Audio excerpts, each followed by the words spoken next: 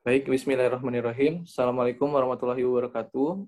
Perkenalkan, kami dari kelompok satu yang pada kesempatan kali ini akan membahas materi minggu ke-8 mengenai manajemen sumber daya manusia pada kasus PT Indofood Super Makmur Tbk.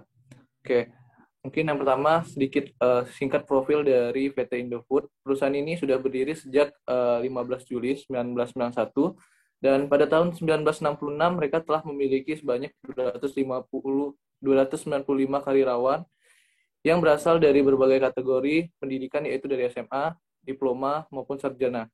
Nah, selanjutnya untuk sumber daya manusia perusahaannya itu dibagi menjadi dua tingkatan, yaitu tenaga kerja operatif dan tenaga kerja staf.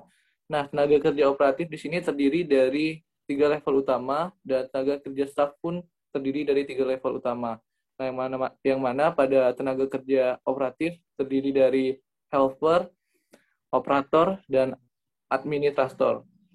Selanjutnya yang tenaga kerja staf itu ada staf, supervisor, dan manajer.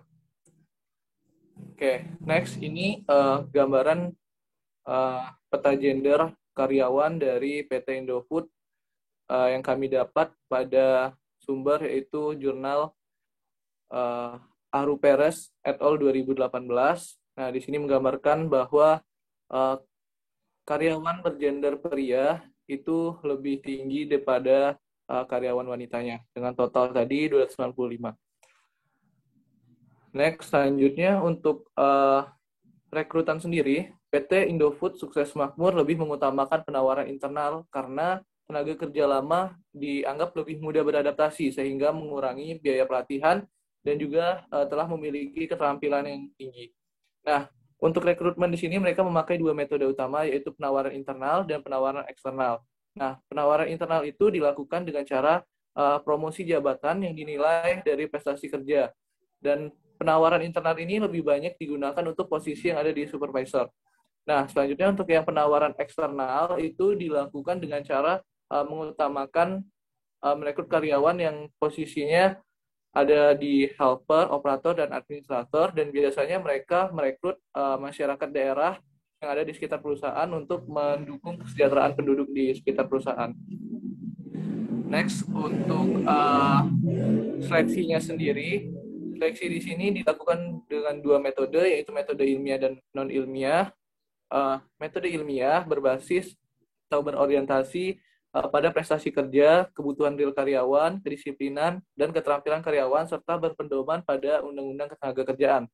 Nah, selanjutnya untuk yang non-ilmiah itu hanya didasarkan pada perkiraan dan pengalaman saja melalui daftar nilai, piagam atau sertifikat prestasi calon karyawan, penampilan fisik, dan lainnya. Nah, ini biasanya dilakukan melalui tes kemampuan dasar dan wawancara secara langsung. Nah, ini adalah gambaran persyaratan umum untuk perekrutan posisi tenaga kerja operatif. Oke, selain itu PT Indofood Sukses Makmur juga mengembangkan metode pengembangan SDM-nya, yaitu ada pengembangan informal dan pengembangan formal. Nah, pengembangan informal ini didasarkan atas keinginan dan usaha keras dari karyawan sendiri untuk melatih dan mengembangkan dirinya melalui buku, jurnal, dan literatur lainnya, agar hal ini dapat meningkatkan prestasi kerja dari karyawan tersebut. Sedangkan pengembangan formal itu uh, karyawan yang ditugaskan perusahaan untuk mengikuti pendidikan ataupun pelatihan. Next, selanjutnya adalah materi pelatihan yang akan disampaikan oleh teman saya, Eriko. Baik, terima kasih Fahri. Jadi selanjutnya yaitu terkait pelatihan di PT Indofood Sukses Makmur ini sendiri terbagi menjadi dua pelatihan. Yang pertama yaitu off the job training dan on the job training.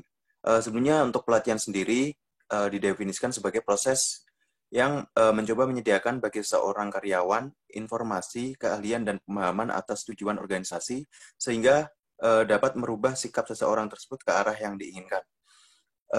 Terkait yang off the job training sendiri yaitu pelatihan yang memaksa karyawan untuk keluar dari pekerjaannya terlebih dahulu sehingga karyawan tersebut dapat dilatih guna menambah ilmu pengetahuan dan keterampilan. Pelatihan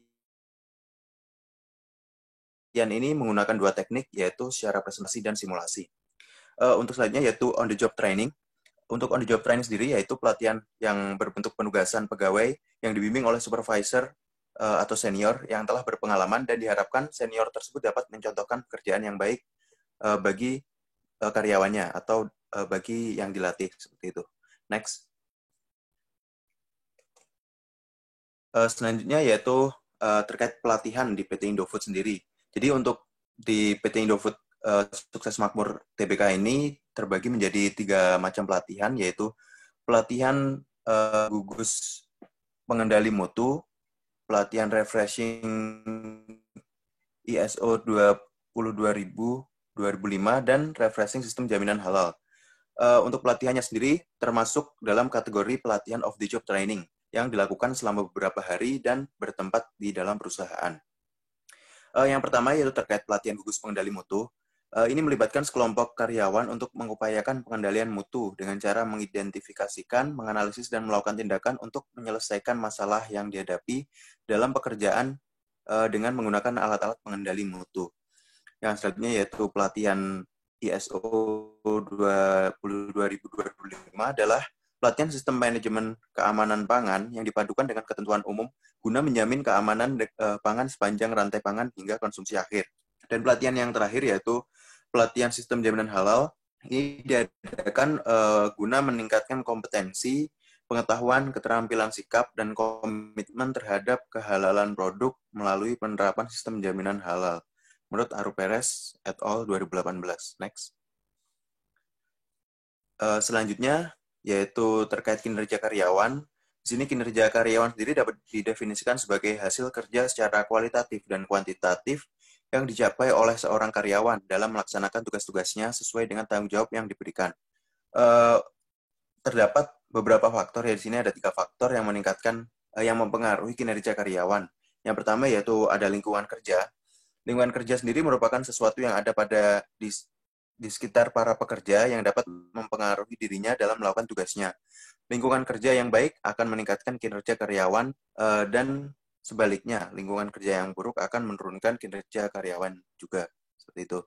Selanjutnya yaitu terkait kepuasan kerja, yaitu seperangkat perasaan karyawan terkait menyenangkan atau tidaknya pekerjaan mereka. Jika pekerjaan mereka menyenangkan, yang pasti kinerja karyawan juga akan meningkat, dan sebaliknya. Selanjutnya yaitu yang terakhir ada disiplin kerja, yaitu kesadaran dan kesediaan seseorang menaati semua peraturan kerja, moral kerja, efisiensi, dan efektivitas sehingga kinerja karyawan akan meningkat. Next. Selanjutnya yaitu kinerja karyawan di PT Indofood. Fenomena yang terjadi pada kinerja karyawan PT Indofood Sukses Makmur TBK cabang Semarang, yaitu terjadinya penurunan kinerja karyawan pada bagian outsourcing bagian gudang. Penurunan kinerja ini sangat berdampak terhadap perusahaan karena akan menghambat produktivitas kerja karyawan, yang pastinya akan menurunkan produktivitas perusahaan juga. Penurunan kinerja ini disebabkan oleh keadaan lingkungan kerja yang kurang memadai, ketidakpuasan karyawan terhadap pekerjaan mereka saat ini, dan tingkat kedisiplinan mereka yang kurang. Tinggi rendahnya kedisiplinan karyawan ditentukan oleh keadaan dalam diri masing-masing atau bersumber dari dalam diri karyawan tersebut. Sehingga tinggal bagaimana individu tersebut memotivasi dirinya untuk meningkatkan kedisiplinannya. Ini menurut Purwanto 2016. Selanjutnya yaitu terkait materi kompensasi dan seterusnya akan disampaikan oleh teman saya. Kepada Mas Farid, dipersilahkan. Terima kasih. Baik, terima kasih Riko. Selanjutnya yaitu kompensasi. Di sini ada pengertian kompensasi. Yang pertama menurut Dassler 2015, kompensasi merupakan semua bentuk bayaran atau imbalan yang diberikan kepada karyawan dan timbul dari hubungan kerja mereka.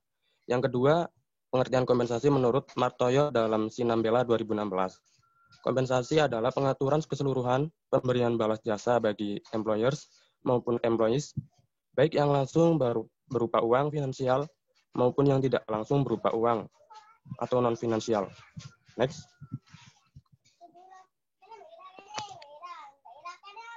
Selanjutnya yaitu tujuan kompensasi. Yang pertama, memperoleh personalia yang qualified. Maksudnya, PT Indofood untuk mendapatkan karyawan yang berkualitas, yaitu dengan memberikan tingkat kompensasi yang sesuai dan adil, maka karyawan akan merasa dihargai atas kinerjanya, sehingga perusahaan akan mendapatkan karyawan yang berkualitas, yaitu memiliki kompetensi dan prestasi yang bagus. Selanjutnya, mempertahankan karyawan yang ada. Maksudnya, untuk mempertahankan karyawan yang sudah ada, yaitu dengan pemberian kompensasi yang cukup, maka karyawan dapat terpenuhi kebutuhannya sehingga karyawan akan tetap bertahan di perusahaan saat ini. Yang ketiga, menjamin keadilan. Tujuan pemberian kompensasi yaitu untuk menjamin keadilan. Karena besar kecilnya kompensasi dapat diukur dari tanggung jawab dan prestasi kerjanya. Selanjutnya, menghargai perilaku yang diinginkan. PT Indofood Sukses Makmur menghargai terhadap prestasi kerja dengan pemberian kompensasi kepada karyawan yang diharapkan dapat akan terasa dihargai atas prestasi kerjanya sehingga karyawan dapat mendorong prestasi yang lebih bagus dan giat dalam melakukan tugasnya. Selanjutnya, mengendalikan biaya-biaya, yaitu dengan cara perusahaan melakukan planning sebelumnya untuk mengeluarkan biaya dan dibantu oleh bagian kompensasi dan benefit. Mengontrol di setiap pengeluaran untuk karyawannya seperti biaya kesehatan, biaya lembur, biaya transportasi, dan lain sebagainya. Yang terakhir yaitu memenuhi peraturan-peraturan legal, yaitu dengan cara menerapkan pemberian kompensasi dan benefit kepada karyawan sesuai dengan yang diatur oleh pemerintah. Next. Di sini ada faktor kompensasi. Yang pertama yaitu penawaran dan permintaan tenaga kerja. Pemberian kompensasi ditentukan sesuai dengan jabatan, yaitu apabila jabatan yang diduduki lebih tinggi, maka tugas dan tanggung jawabnya pun lebih berat, sehingga kompensasi yang diberikan juga akan lebih besar. Selanjutnya, organisasi buruh. Maksudnya, PT Indofood tidak menerapkan faktor kompensasi yang berdasarkan organisasi buruh, karena kompensasi yang diterapkan sesuai dengan peraturan pemerintah dan kebijakan dari perusahaan. Yang ketiga, yaitu kemampuan untuk membayar. Maksudnya, yaitu pemberian kompensasi didasarkan dari kemampuan perusahaan untuk membayar dengan melihat dari sisi keuangan perusahaan. Selanjutnya, produktivitas. Semakin tinggi prestasi karyawan, semakin besar juga kompensasi yang akan diterima oleh karyawan. Yang kelima, biaya hidup. Upah disesuaikan berdasarkan provinsi dan daerah. Selanjutnya, pemerintah. Maksudnya pemberian kompensasi mengikuti berdasarkan dengan aturan pemerintah atau legalisasi yang telah ditetapkan. Dan yang terakhir, berdasarkan kompetensi. Pemberian kompensasi akan diberikan bagi karyawan yang memiliki keahlian khusus di bidangnya. Next. Berikut komponen kompensasi berdasarkan teori dengan PT Indofood CBP Sukses Makmur Tbk. Ada dua komponen, yaitu komponen langsung dan kompensasi tidak langsung. Kompensasi langsung contohnya gaji, upah, bonus, komisi, insentif. Kompensasi tidak langsung contohnya tunjangan kesehatan, tunjangan hari raya, dan tunjangan hari tua. Next.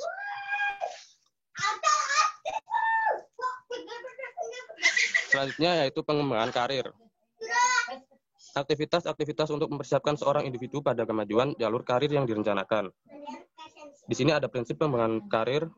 Yang pertama, pekerja itu sendiri mempunyai pengaruh yang sangat besar terhadap pengembangan karir. Terus, bentuk pengembangan skill yang dibutuhkan ditentukan oleh permintaan pekerjaan yang spesifik. Selanjutnya, pengembangan akan terjadi hanya jika seorang individu belum memperoleh skill yang sesuai dengan tuntutan pekerjaan. Yang terakhir, waktu yang digunakan untuk pengembangan dapat direduksi atau dikurangi dengan mengidentifikasi rangkaian penempatan.